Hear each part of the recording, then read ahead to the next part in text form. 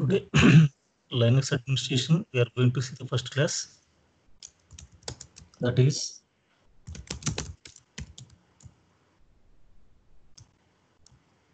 disk management.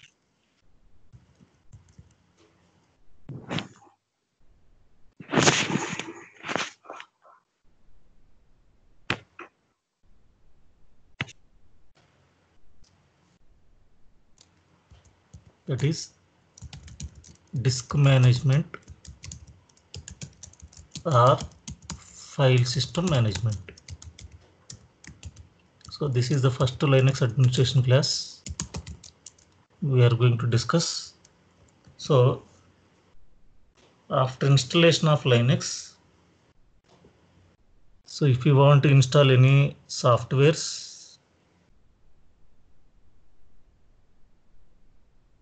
see, after installation of Linux, if you want to install any softwares like Oracle, Hadoop and SAP, we need to create new partitions, format the partitions and mount the partitions. Like in Windows, how we are going to create a D drive, E drive, F drive. Like that in Linux, how to create the new partitions to install the softwares. So that is the class today we are going to start. So first, before going to create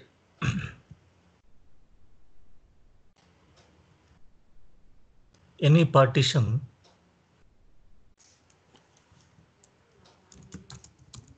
you need to see the available disks in Linux. So to see the available disks and existing partitions in Linux,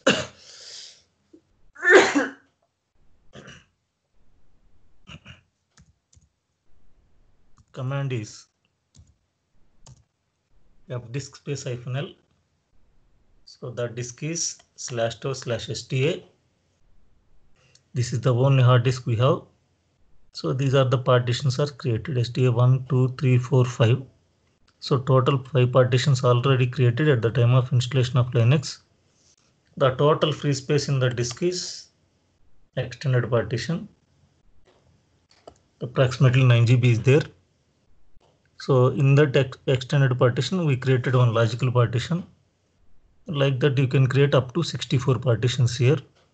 So these are the total cylinders. The space is divided into some small blocks. Those are called cylinders. So 14282 2611 are the total.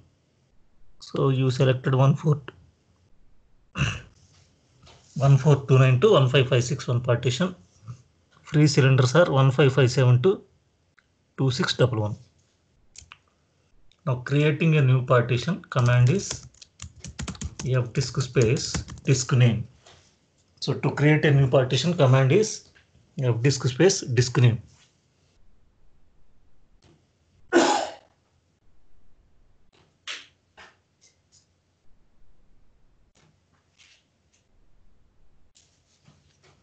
So give enter. You can enter into the partition table prompt. This is command prompt.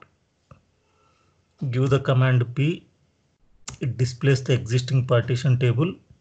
So already these are the partitions are created. Now I am going to create a new partition. Command is N. So first cylinder number 1557. Give the size, I am giving in 100 MB. 100 M, capital M. So again give the P whether the partition is created or not.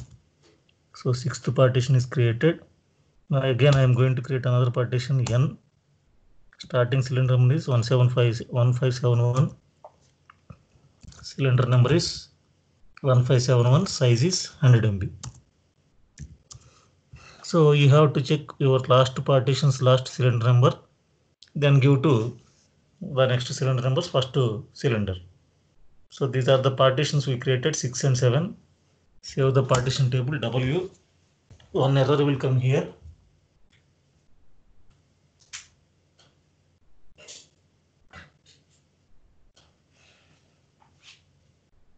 So rereading the partition table is failed.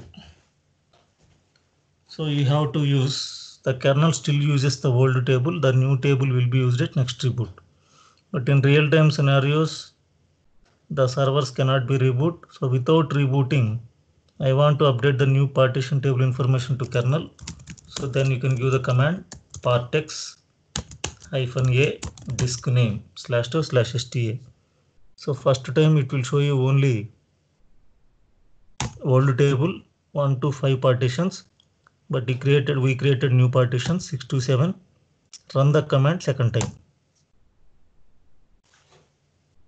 Then it will show you 6 and 7. So now new partitions are created. Now you want to write the data in these partitions. So you have to format it.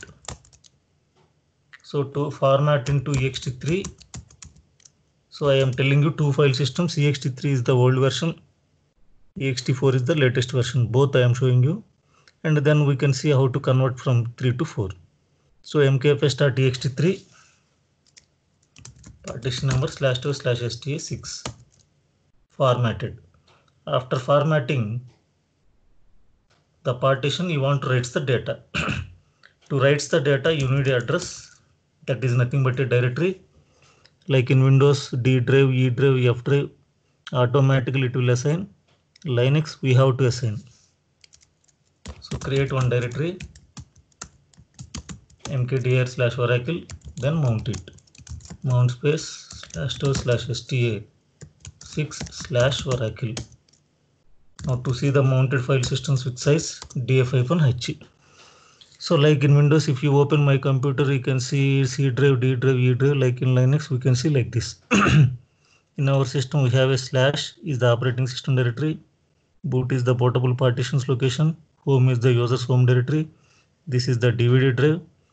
Just now we created one partition and formatted with ext3. We mounted with Oracle. Like here you can think as a drives in Linux or Windows. Here we can call as a directories. So now this is not permanent mounted. This is temporary. So I want to mount this file system permanently. Open the file va/it/fs tab. Go to last line, escape shift G, insert a new line, escape O, partition number /2/sta6, mount point is Oracle. So file system type is ext3, mount options or permissions are defaults 0, 0. So interview point of view, they will ask the question, what are the fields in fstab file? So first field is device name, second field is the mount point, third field is the file system type, fourth field is permissions or mount options. So fifth field is 0. So fs dump value means file system dump value. 0 means if you take or not take the file system backup, that is not a problem. But here while installing operating system, you given /boot to home. So value 1 is there. 1 means compulsory one time take the backup. So this is not compulsory. That is just to indication. See, if it is 0 or 1, that is not a problem. 1 means it means to take backup one time. If you take or not take, that is not a problem. But safe side, you have to take the backup. Next value is again 0 here. This is FSCK pass number, FSCK pass value. So 0 means randomly check the file system errors while booting the operating system. Here root file system 1 is there, sequentially check the file system errors. 2 means parallelly check the file system errors. So for root file system only value 1 is given, remaining all the partitions, because we can have number of disks and number of partitions on real-time environment. So it will check parallelly one by one, one disk, second disk partition, first disk, second disk partition, first disk, second disk partition, like that. So that is the reason. Except root, remaining you can give the value to 0 means parallelly, randomly. So while booting, it will check randomly the file system errors. So these things we have to remember. Next, after mounting the file, after permanently mounting, we have to unmount it. Unmount is online, offline, again mount it. Mount means online. So if you have any errors, it will show you. If you do any small mistake in fstab file, if you reboot your server, so it will not boot, it will go into the maintenance mode. That is the reason while you return the entry in fstab file, first you can check, first unmount it and mount it. If any error is there, here only it will show, then you can rectify the errors. Any spelling mistakes, any spaces we given, any wrong file system type we given, it will show the error. Next to formatting the partition into ext4, mkfs.ext4 space partition number /2/sta7. So sixth partition we formatted into ext3, fourth partition we are formatting into ext7. Sorry, ext4. So sixth partition we formatted into ext3, seventh partition we are formatting into ext4. So it is formatted. After formatting, to write the data, create one directory, then mount it. Mount space /2/sta7 Hadoop. So mounting is nothing but attaching a directory to the partition. So you mounted. Now to see the mounted file systems with size, df space -h. Now it is mounted. So Oracle is permanently mounted, Hadoop is temporarily mounted. So I want to mount permanently. So permanently means you open the file, va space /et/fs tab, go to last line, insert a new line, write down the entry, file system type is ext4, mount options or permissions or defaults 0, 0. Save the file. Now unmount it, mount it. Then you can get error. If any error is there, you can get here only. Otherwise, if you mount like this, if you reboot like this, error will come. So mount Hadoop /Hadoop. So no error. So like this, while creating partitions, you have to use the command fdisk space disk name, then enter into the partition table, create the partitions, and format the partitions and mount the partitions. Now to see the mounted file systems with file system type, command is df space -T. So it will show you all the partitions are formatted which file systems, what are the file system types. So DVD ISO9660, sixth partition we formatted into ext3, seventh partition we formatted into ext4. Like this it will display. Now to see the file systems with permissions, command is mount. So by default every file system has a read write permission. Now go to Oracle,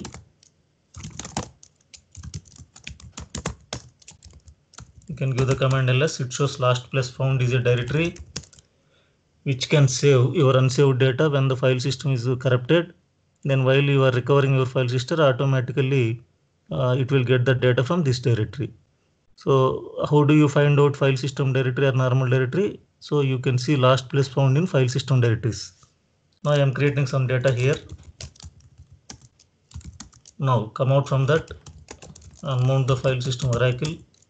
Now go to Oracle. You can check nothing is there. So when it is mounted state only, it will show your data and it shows the last place found directory. When it is unmounted, it becomes as a normal directory. It will show you nothing. So again I am mounting. Mount space Oracle. Now go to Oracle directory. You can check the data. So mounting means online, unmounting means offline. So what are the reasons to unmount the file systems? If you want to check the errors in a file system, if you want to take the backups, if you want to change any parameters of a file system, we are going to be unmount. Now see, in some applications we have to unmount the file system. Sorry, some applications we have to mount the file systems with read-only permissions. So I want to unmount the file system with read-only permission. So nobody can write the data in this file system. So first unmount it, mount space -o ro partition number /2/sta6. Mount point is Oracle. Now go to Oracle directory, try to write the data. So you cannot write the data because I mounted this file system with read-only permission. What is the command to see the mounted file systems with permissions? Command is just now we seen mount. So it is mounted with read only. Like that, in interview point of view, when they ask the question how to mount the file system with read only permission, command is mount space -o means option space what is the option, ro means read only, on which partition /2/sta6, what is the mount point /oracle. So if you want to know whether the directory is a normal directory or file system directory, you can use the command mount point /oracle. So oracle is a mount point. So unmount it. Now check oracle is a normal directory or mount point directory. So give the command mount point space oracle. Now oracle is not a mount point. So when it is mounted, it becomes as a mount point directory. When it is in unmounted state, it becomes as a normal directory. Remember that command. Then converting the file system from ext3 to ext4. So sometimes when you are working on real-time servers, some file systems may be in ext3 formatted partitions, previous versions. So if your company wants to convert into ext4, how to convert? So unmount the file system oracle. So unmounted state only. So now I want to convert into ext4. So again I am mounting, I am showing you df-T. It is formatted into ext3. Now I want to convert into ext4. So before going to convert, you have to unmount it. Now convert.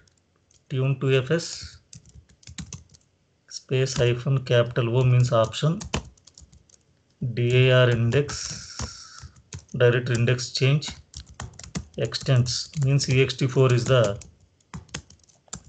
large file system. It supports a exabyte of a single partition. So init _bg, change the block group descriptors. Partition number is /2/sta6.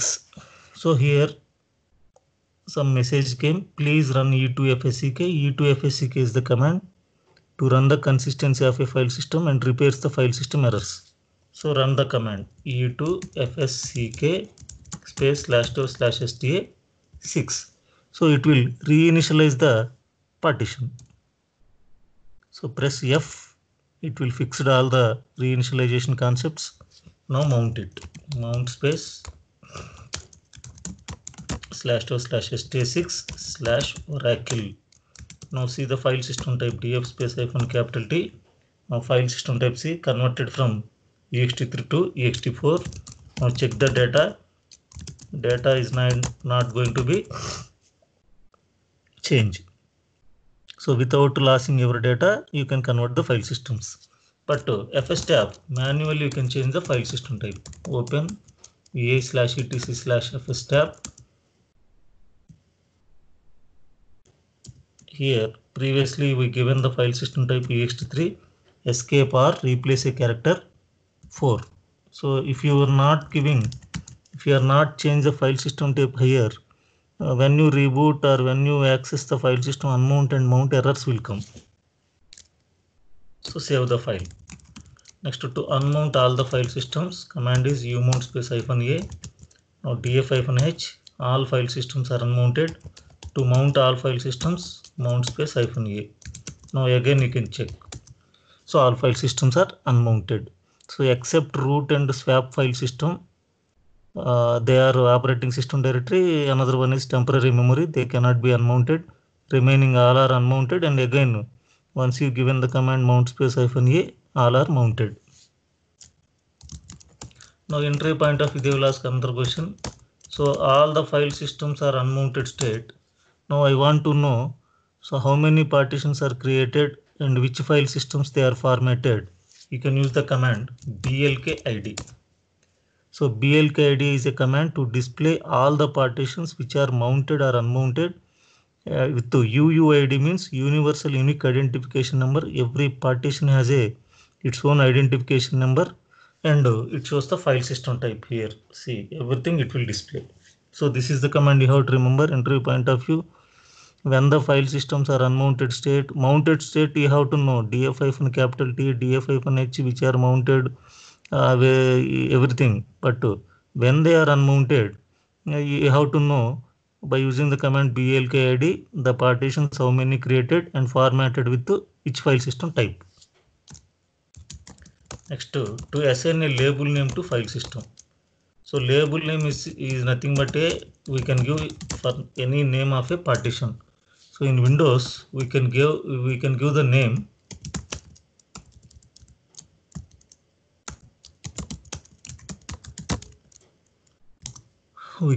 names to drives, like you can right click on D drive, you can right click on E drive, you can give some name. Like that in Linux also you can give the names to some partitions or STA6 or STA7 like that. So that names are called label names. So to assign a label name, see the label names, E2 label, partition number, no label name is there. I am assigning. So now check the label name. So now the partition name I given as a Vora. So you can permanent the label name. So open the file va space /etc/fs tab. So instead of partition number, you can assign capital letters label equal to /Vora. Like that, because in real-time scenarios we can have number of disks and number of partitions. You can confuse which partition is mounted on which file system. Just Vora, SAP, Hadoop, WebSphere, like that we can give some names.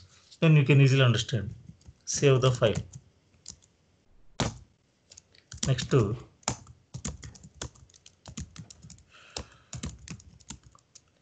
check the users who are accessing the file system. For example, I am in Oracle directory. I am trying to unmount. So Oracle is not mounted. I am mounting Oracle now.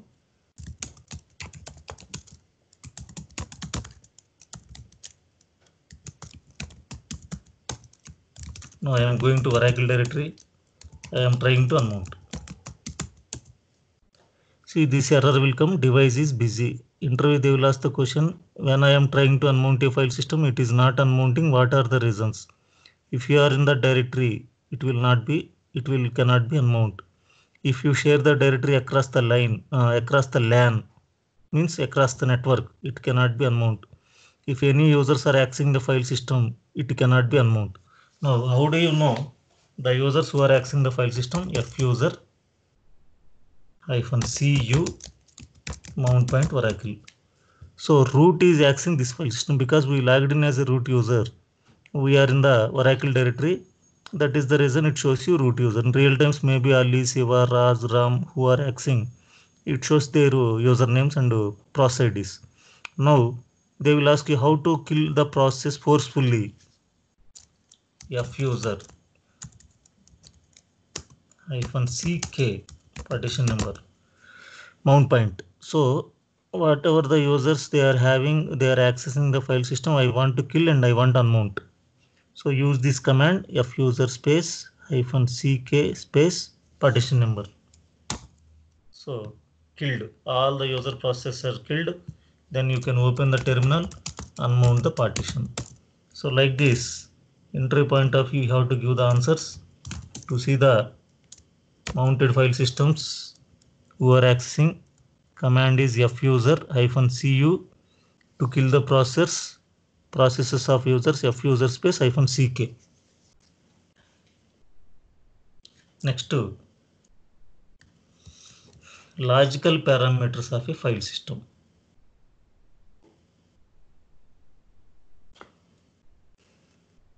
See, when we format the partition, it created some logical parameters. So those logical parameters are physical block. It is used by hard disk to read write data. The default physical block size is 512 bytes. And logical block, it is used by kernel to read write data from the disk. The default logical block size in Linux is 4 KB. You can also use 2 KB and 1 KB blocks. So because some database administrator wants you small blocks, but by default block size is 4 KB. They want small block 2 KB or 1 KB. So as a Linux administrator, you have to change. How to change, we are going to see by the commands. Next, to min free space. So when we format the partition, some of the disk space is reserved. This space is called min free space. the administrator can only write the data in that space. We can set a minimum free space up to 50%. So default is 5%. So you can set the minimum free space up to 50%.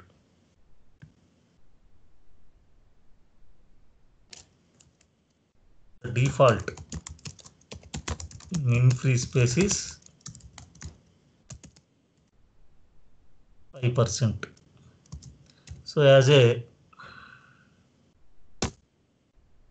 Linux administrator,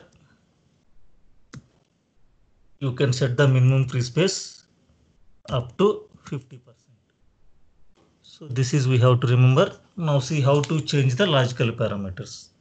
So before going to change the logical parameters, how to see the complete parameters of a file system. So to see the complete parameters of a file system, command is dump e2 fs space partition number sta6 space pipe more. I want to know what are the parameters are created for this file system. So command is dump e2 fs space partition number /2/sta6 pipe more. More means page wise. So here you can see file system type clean, file system state clean, file system OS type is Linux, inodes, blocks, free blocks, everything you have to explain in interviews. They will ask the question. When the file system is created, date and time, when it is last mounted, when the last written the data, and what are the cylinder groups are created. Everything you have to see here. Now, to change the logical block size of a file system, just now default logical block size is 4 KB. So you can unmount the file system. So Oracle is unmounted state only. Just now we unmounted.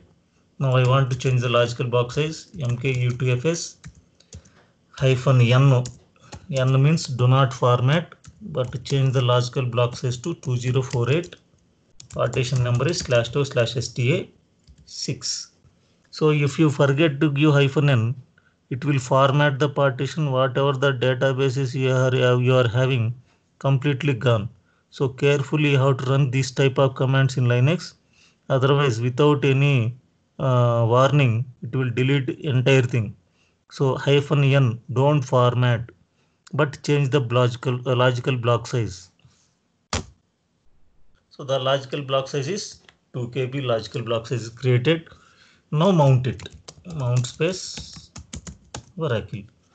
So like this already formatted partition, you changed the logical block size. Next to df-h. Now Oracle is mounted state. This is the available space. Already we discussed 5% is minimum free space. If you select 100 MB, 5% is reserved. If you select 1 GB, 5% is reserved. So I can make it reserve percentage up to 50%. But now I want to make to 20%. So tune to fs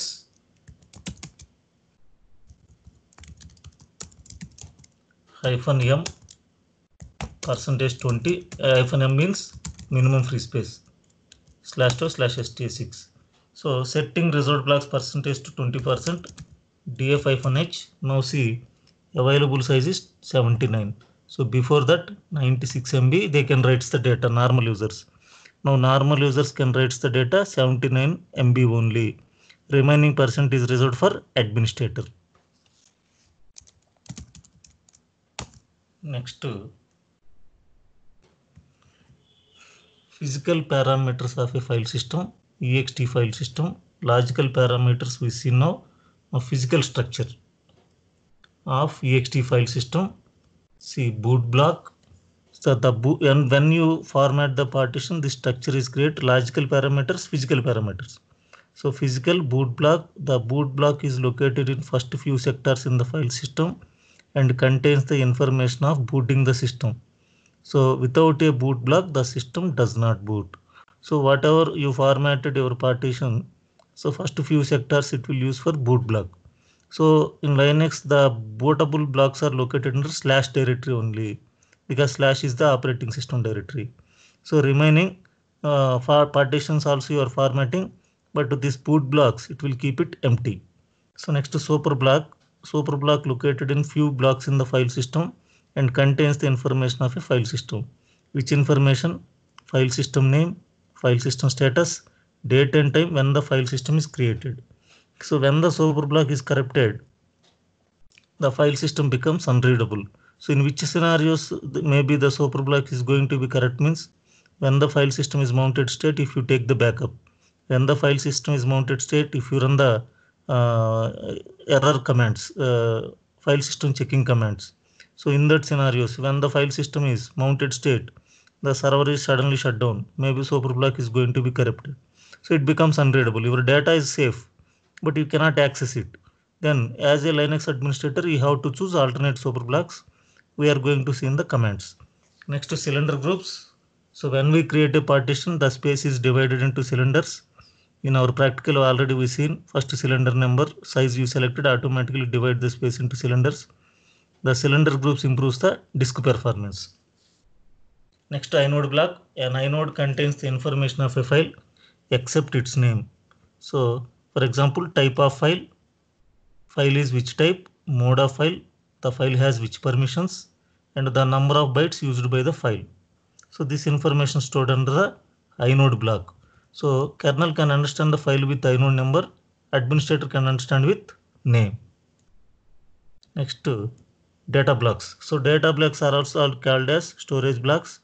So they contains the data of a file. Contains the data of a file. So data blocks, whatever the data you are writing, it stores on the data blocks.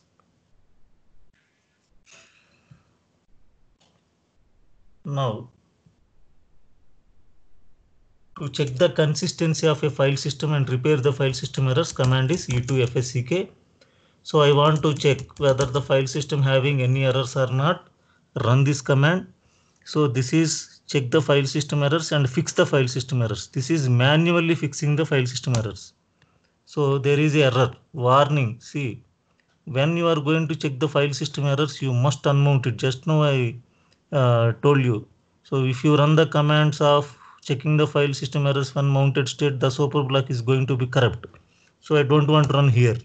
So unmount it. Now run this command. So the file system is clean. If there is any errors, it will stop at each and every error. It will ask you to fix the error. This is manually checking and fixing the file system errors. Now automatically fixing the file system errors, you can use the option -p. P means auto repair. So file system is clean. If it is not clean, it will fix the errors automatically. Now interview they will ask the question, in how many phases the file system check the consistency. So you can run the command e2fsck-f. Now it will check in 5 phases: inodes and blocks and sizes, directory structure, directory connectivity, reference counts, group summary. Like this will also they will ask interview. In how many phases the file system runs the consistency? 5 phases. So you have to run this command, you have to write down the notes in how many phases. If they are, will ask the question. If you put the experience 3 plus or 4 years, then only this type of questions they will ask. Otherwise, they will not ask this type of questions. Next, how to fix the superblock error. So if you want to fix the superblock error, we have to unmount it. Already we unmounted. So before going to fix the superblock error, you have to know alternate superblocks.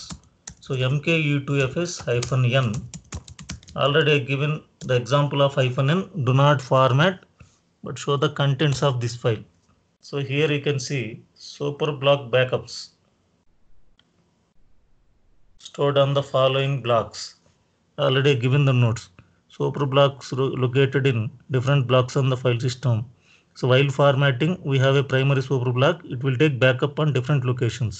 If primary superblock is corrupted, we can choose alternate superblocks. How to see alternate superblocks means mke2fs space-n partition number.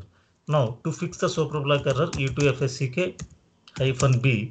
So superblock number, first one I am taking, you can take any number, 8193 partition number /2/sta6. So to fix the error, e2fsck space-b, superblock number 8193 partition number. So it will ask you to fix the error. Yes. So file system was modified. Now mount the file system. So if you practice properly the disk management class, you can get this type of errors. See how to fix the errors. This is not a experience. This is a experience. So once you practice properly, you can get many errors. Troubleshooting the errors, knowing the answers for the errors is nothing but a experience. While in interview they will ask the questions, you can give the properly answer if you practice properly. If you are not practicing, you cannot get any error. You cannot have the troubleshooting issues. Okay, this is our first class, disk management. So tomorrow we are going to see our next class.